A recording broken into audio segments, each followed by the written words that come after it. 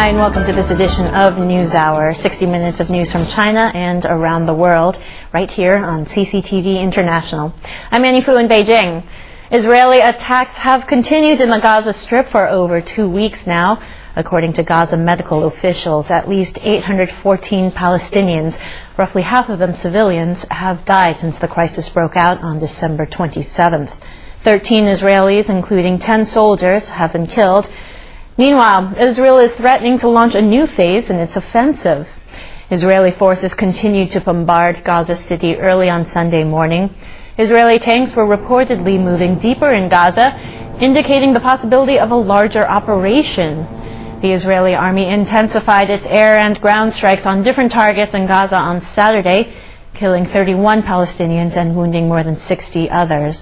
That same day, Hamas launched 15 rockets at southern Israel in a daily ritual that severely disrupted life for hundreds of thousands of Israeli civilians. 3 Israelis were injured in the city of Ashkelon. Well, the conflict between Israel and Hamas has taken a heavy toll on civilians in the crowded coastal territory of Gaza, and children make up more than half of Gaza's 1.4 million people.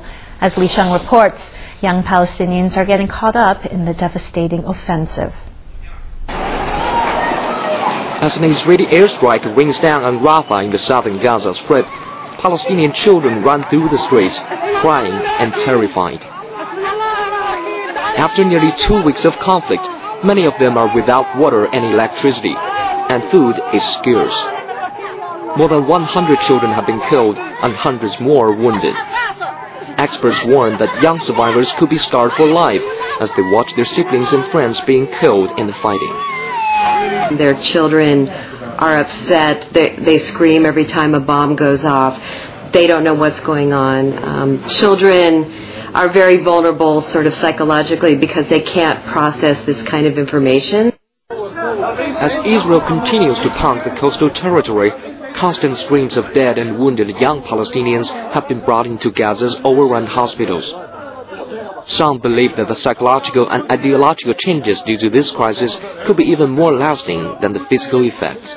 This generation of children, how they react in the future, either they will be traumatized and suffering from a lot of psychological problems, maybe handicapped psychologically, or they will be, very radical in the future.